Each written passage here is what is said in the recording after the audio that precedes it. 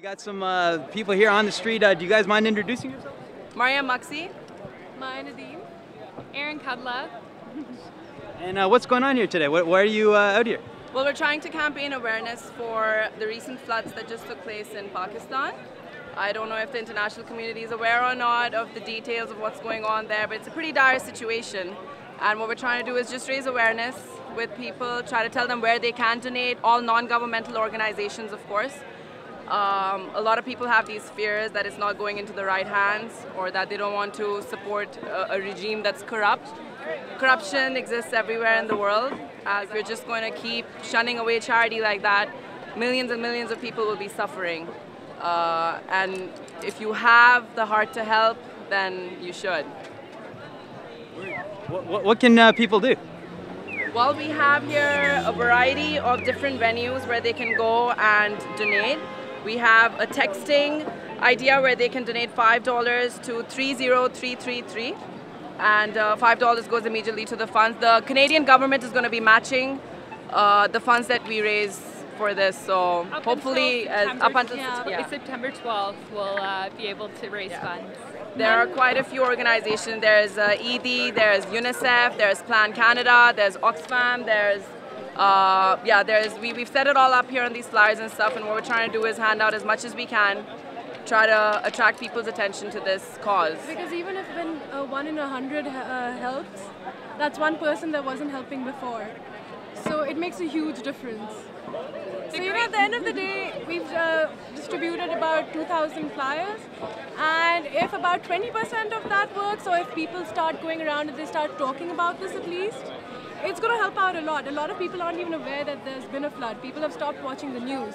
People get so depressed just watching it. I don't blame them. People aren't. At least this way, this is getting out there. It's making people aware that there is a flood, and there have been a lot of people affected, and there's a lot of devastation. And we need all the help we can get. There's a lot of people helping internally, but we need help from the international community as well. You can open any news channel, whether it's BBC, CNN, Fox News, and you'll see that the international community has not responded the way it should have, and as it did with Haiti, as it did with tsunami, as it did with Hurricane Katrina. But why is it that Pakistan has received the least funding? We've compiled statistics here, and they show that for the floods, funding per person is $16. For Haiti, per person received $1,087.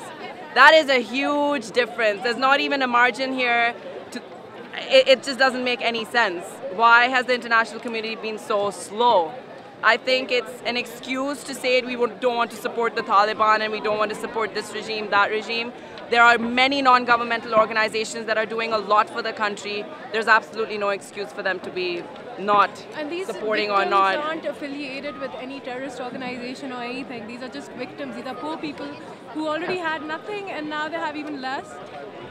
And the great thing is, too, that where we're standing right now, 35,000 people on average a day walk through this center walk. So today, there's a big live green event going on, which means probably about 3 times or 4 times that of people are walking through. So we're getting the eyeballs, and we're getting people to, pay attention to what's going on. Anything that we can do to support the cause and get people to learn about it and spread the word. That's what we're going to do. I would add one more thing. Considering the fact that the international community has been stating that they're not supporting Pakistan because of its corrupt regime, I'm very impressed by the turnout today, not just with the way they welcomed us, but there were very few people who attacked our cause or attacked the idea in general. Canadians and various ethnicities crossed by us today, and they smiled, they said we're doing a good thing, and very, very positive feedback indeed. Do you guys have any words on the Government of Canada's response? What's the Government of Canada been up to? Well, from what I know, they have put in $30 million to start, and then they will be matching whatever every other organization gives them. But that's only till September 12th. It's only till the 12th of September. A lot was given to the other, the other disasters. So again, there's a little bit of confusion there. Let's see what happens. The Canadian government, it's every government, the US. The UK, the US, Australia. So there's a lot of help we still need. So anything helps. Even like people are donating tents, they're donating food items.